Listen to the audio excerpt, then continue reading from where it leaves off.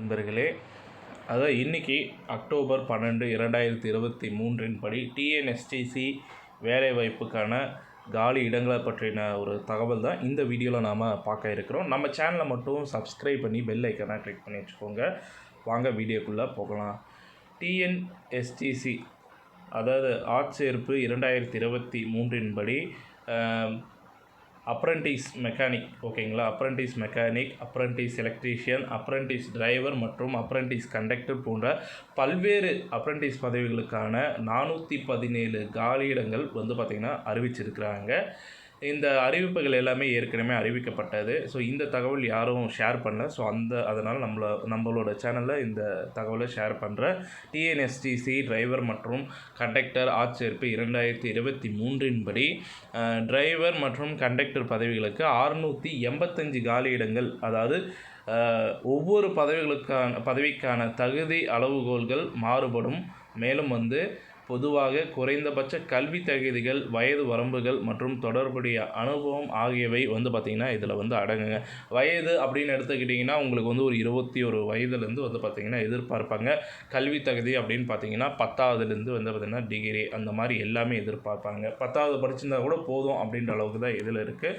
அடுத்ததாக பார்த்திங்கன்னா டிஎன்எஸ்டிசி வேலை, அதாவது டிஎன்எஸ்டிசி வேலைவாய்ப்பில் காலியிடங்களுக்கு விண்ணப்பிக்க வேட்பாளர்கள் அதிகாரப்பூர்வ டிஎன்எஸ்டிசி இணையதளத்துக்கு சென்று தங்களுடைய விண்ணப்பங்களை ஆன்லைனில் சமர்ப்பிக்கலாம் அப்படின்ற மாதிரி கொடுத்துருக்குறாங்க. இந்த டிஎன்எஸ்டிசி பயிற்சி ஆட்சேர்ப்பு 2023க்கு விண்ணப்பிப்பதற்காக கடைசி தேதி என்றைக்கு கொடுத்துருந்தாங்க அப்படின்னா அக்டோபர் 10ஆம் தேதி 2023 தேதி அன்றைக்கி பார்த்திங்கன்னா கடைசி தேதியை அறிவிச்சிருந்தாங்க. எதுக்குன்னு பார்த்திங்கன்னா டிஎன்எஸ்டிசி பயிற்சி ஆட்சேர்ப்புக்கு விண்ணப்பிக்கலாம் அப்படின்ற மாதிரி கொடுத்துருந்தாங்க. ஸோ இது கொஞ்சம் லேட் நியூஸ் தான், நம்மளுக்கு தகவல் இப்போ தான் கிடச்சிச்சு. டிஎன்எஸ்டிசி அதாவது டிஎன்எஸ்டிசி வேலைவாய்ப்புக்கான விண்ணப்பிப்பதற்கான சில குறிப்புகள் பார்த்திங்கன்னா இங்கே கொடுத்துருக்கு.